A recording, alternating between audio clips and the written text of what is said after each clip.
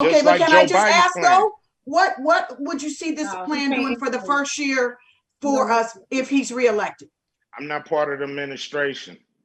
Well, I'm here for Black people. I'm here to talk to both administrations about the contract with Black America. The Platinum Plan is not mine. Didn't name it. Didn't put it together. All I did was meet about the contract with Black America. They added some things, and I'm willing to meet with both sides. They can add some things or not. It's fine. And then, they ran off immediately and did statements that you're basically a Republican now in support of that. We're going to need a team of our people. That's on them. That ain't on me. Okay. That's on them. That's not on me. I just want to make sure. We just want clarity. We can't all talk at the same time. I got to ask a question, y'all.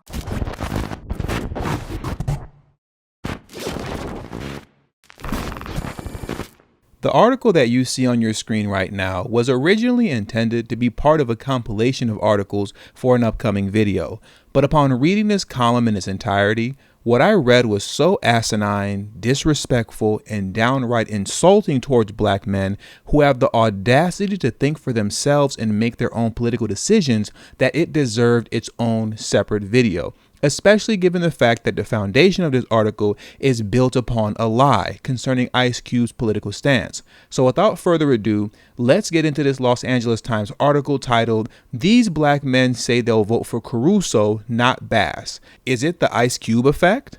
Now, the article link will be in the description box below, as well as pinned in the comment section. And as always, I strongly encourage you to read this article in its entirety for yourself. Now, the article starts out with the author, Erica D. Smith, discussing her shock and awe over Black male celebrities like Snoop Dogg and Clarence Avant, who have openly endorsed mayoral candidate Rick Caruso over Karen Bass. And from there, she would go on to write that a new poll of likely voters conducted by the UC Berkeley Institute of Governmental Studies and sponsored by the Los Angeles Times found that roughly half of Black men plan to vote for Caruso in Tuesday's primary election. In fact, of all the men surveyed, Black men were most likely to support him. It's somewhat surprising, and as a Black woman, more than likely mystifying, given the years Bass spent working in the Black and Latino neighborhoods of South LA and serving as one of the 2 Black members of the city's congressional delegation.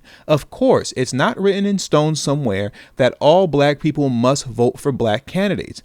Plenty of Black men and women surely support Caruso for their own sound policy reasons, maybe even Snoop Dogg and certainly Clarence Avant. We are not a monolith at all. I mean, just look at Larry Elder. Now, this is simply the first of many subtle and some not so subtle jabs taken at Black men who think differently, politically speaking. What the author cleverly does all throughout this article is that she'll cite sound reasoning behind why Black men may be choosing Caruso over Bass, but then will find a way to connect that sound reasoning to foolishness, or she'll just outright insult Black men's intelligence. Now, in this particular example, she connected sound reasoning to foolishness. She states that plenty of Black men and women surely support Caruso for their own sound policy reasons, maybe even Snoop Dogg and certainly Clarence Avant. But then she takes that sound reasoning and connects it to Larry Elder. Now, Larry Elder is of the ilk of Black conservatives who are anti-Black racist apologists.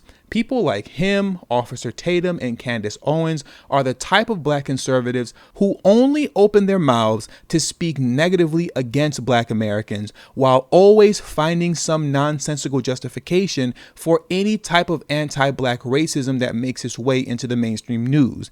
This is the business model in which Black conservatives are paid handsomely for being the Black guy or woman that will spout out all kinds of anti-Black racist talking points that non-Black people can't publicly say, but wish they could. And since they can't say these things publicly, instead, they share the videos and podcasts of these types of Black conservatives to justify their own anti-Black racist sentiments. Automatically connecting Black men who plan on voting for Rick Caruso to Larry Elder is not simply just disingenuous, but it's outright sickening, to say the very least. Now let's carry on.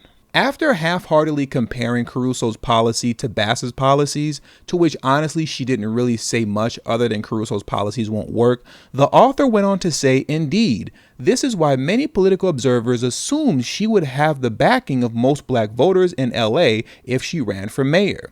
Instead, despite strong and consistent support from black women, the poll found an erosion of black voters overall, led by black men. The question is why? Is it just sexism, or perhaps a related desire to uphold patriarchy, given that Bass would be the first woman to be mayor of LA? It can't be racism. No, I believe the answer has to do with what I'm calling the Ice Cube effect. If you'll recall, shortly before the 2020 presidential election, the Los Angeles rapper helped draft a progressive plan for Black America. He tried to get the Biden-Harris campaign to adopt it and was told to wait. And so, driven by good intentions and hubris, he talked with Trump administration officials about the plan instead, drawing an avalanche of criticism, especially from black women appalled that he would even consider working with them. Okay, now brace yourselves, because here comes the lie. Ice Cube explained that although he hadn't paid attention to politics in a long time, he acted because Democrats weren't doing anything to help black men and therefore didn't deserve any loyalty for votes if Republicans were willing to do better. Ladies and gentlemen, Ice Cube's contract with Black America has never had anything to do with black men being ignored or with the Democratic Party not doing anything for black men. The contract with Black America was always, I repeat, was always about the black community as a whole. And in fact, it was the women of Fox Soul who made it about gender, not Ice Cube. So let me. I gotta ask this question. Because you're on this show with the cocktails with the queens, and there's a reason for that. It wasn't to have you defend or not defend Donald Trump. It was about, I care about what's in this contract with Black America for women, and it's not. We're not mentioned at all in the contract with Black America. And I want to know.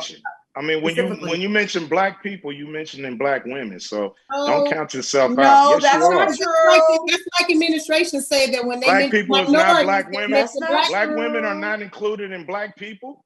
No, Come on, it's not. ladies. But that's like, you know, that's like you saying. That's like when the president says minorities, then he's including black people. But we all know that that's not the case. Black women have specific needs that are not also being met. And we also feel that there should be some things that are specific to us and our plight as well. Now watch how Ice Cube bends the knee to these women. And so we're clear, this video is not about whether or not Ice Cube was right or wrong for bending the knee. That's not what I'm arguing. My point is that this was never about gender for Ice Cube. The contract with Black America was always about the black community as a whole until the gender conversation was forced upon him, to which he immediately conformed. And I understand that. I feel like as a black man, you can leave. No, I feel like I just offered y'all to write a section up for it. I just said I don't mind if you guys help us. If you guys help us write a section. No, I've been open to all kind of experts in putting this together. It wasn't just me. We dealt with experts in all fields of this contract with Black America. So we're willing to deal with experts in the section when it comes to women. So that's no problem. Okay, I'll help you write it. I'll help you write it. Say you do get the money. How soon do you think your plan is going to go into effect? When will we start seeing the benefits? I'm not getting 1 quarter. Okay, this is something he's promising to the country, and he's gonna have to implement it in a way he feel that can fit. Okay, but can I just ask though, what would you see this plan doing for the first year for us if he's reelected? I'm not part of the administration. Well, I'm here for black people. I'm here to talk to both administrations about the contract with Black America. The Platinum Plan is not mine. Didn't name it. Didn't put it together. All I did was meet about the contract with Black America. They added some things, and I'm willing to meet with both sides. They can add some things or not. It's fine. And then, they ran off immediately and did statements that you're basically a Republican now. We're going to need a team of our people. That's on them. That ain't on me. Okay. That's on them. That's not on me. I just want to make sure. We just want clarity.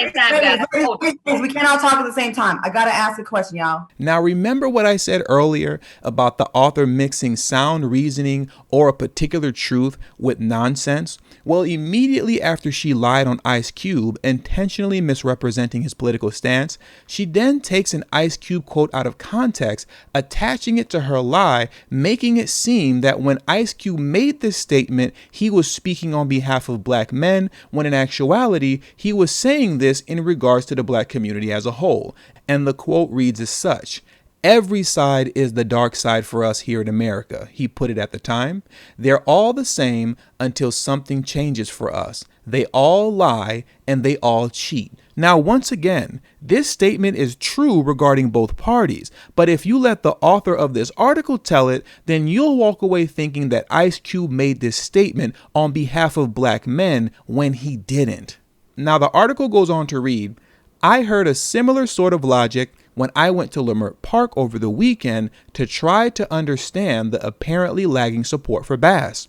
I was hoping to talk with black men who plan to cast their ballots for Caruso. Instead, I found a bunch of irritated Bass voters. They're just so irritated with these black men that have fallen victim to the Ice Cube effect. Oh my God. Irritated Bass voters who nevertheless understood why their fellow black men would do such a thing." Now listen to how condescending and disrespectful this all is. Some black men, they said, are naive about the complexities of the city's politics and don't understand that Caruso's promises on homelessness and the economy won't be easy or quick to implement if they happen at all. Apparently, black men are just too unintelligent to understand these things.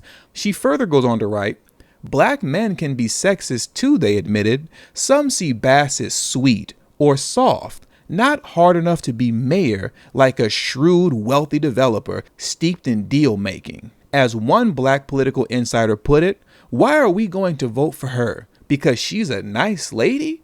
And then there were many other black men I met who were completely disengaged from politics, to the point of not knowing there's an election happening, much less who was on the ballot. So most black men don't even know what's going on out here because, like I said, in Los Angeles, we're just too unintelligent to be informed on what's happening out here. The article continues to read, "You can work and your wife, or your children can work. The dogs can work. The rats and the roaches even working, and you still can't afford to stay in a studio apartment in South Los Angeles," he told me, taking a break from selling used DVDs and books out of his minivan.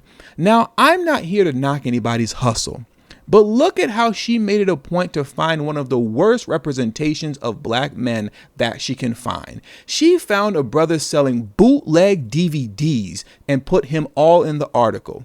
Are we in 2005 or 2022? Where in the world did she find a brother selling bootleg DVDs out of the trunk of his car during our current age of streaming? Are you serious? On Sunday, the Bass campaign didn't respond to a request for comment about the new poll. Of course she didn't. Statistically, the trend line on black men, while a bit embarrassing, isn't a serious problem for her in the primary. So now the author is mocking black men by telling them that despite the fact that you're so embarrassing, you still don't matter because your votes aren't a serious problem to Karen Bass's election run anyways. Black women have long been thought as the backbone of the Democratic Party. We are the influential, if relatively small percent of the population, especially in California, credited with delivering voters to deliver elections. Now, perhaps it's black men who are becoming the bellwether of the Democratic Party. Because if you can't convince a majority of liberal black men in an overwhelmingly blue city like LA to vote for the former head of the Congressional Black Caucus, what hope do Democrats have in red and purple states? That's the Ice Cube effect. Now, I want you all to go back to her statement of black men being an embarrassment, yet still not being a serious problem. Now, that statement says it all. Because in California, if black men's political opinions and decisions aren't a serious threat to Karen Bass's campaign, then what's the point of even writing this article? Well, I'll answer that question for you. The sole purpose of writing this article was simply to bash black men. That's all. Nothing more, nothing less. And this is the Democratic Party's way of explaining away their failures or possible failures since at least 2016. If it looks like they're going to lose an election like Stacey Abrams in Georgia, blame black men. Or in this particular case, when it comes to Karen Bass running for mayor in Los Angeles, in the event she possibly loses, though it clearly appears that she's going to win, but in the event that she does possibly lose, we all know who to blame for that now, don't we? And that was the purpose of this article. So typical of the Democratic Party. So typical. And with all that being said, that does it for today's video. So please make sure you hit the subscribe button as well as the bell notification next to the subscribe button so you can be notified whenever I release a new video. All social media links will be pinned in the comment section below. Please make sure you text tdhiphop to number 33222. That's tdhiphop to number 33222. That way you'll get a direct text notification whenever I release a new video, but it also serves as a protection plan for myself in case YouTube ever gives this channel the axe. I'll be able to send you a direct link to where you can find me next. And last but not least, for those of you who have a love and appreciation for the work that I put in on this channel, the number one way you can show your support is through Patreon. For only $3 a month, that will help put me in position to take TD Hip Hop Media off of YouTube. Remember, the goal is not to grow big on YouTube, but to grow independent of YouTube. And for those who have issues with joining Patreon, you could also hit the join button that's next to the subscribe button, and that way you can become an official channel member for as little as $3 a month as well. And lastly, if you have not already, please make sure you join the emailing list. There is no way that I can go independent of YouTube if I cannot take the audience with me. And the link to that will be pinned in the comment section as well. Thank you for your time, and until the next video, peace.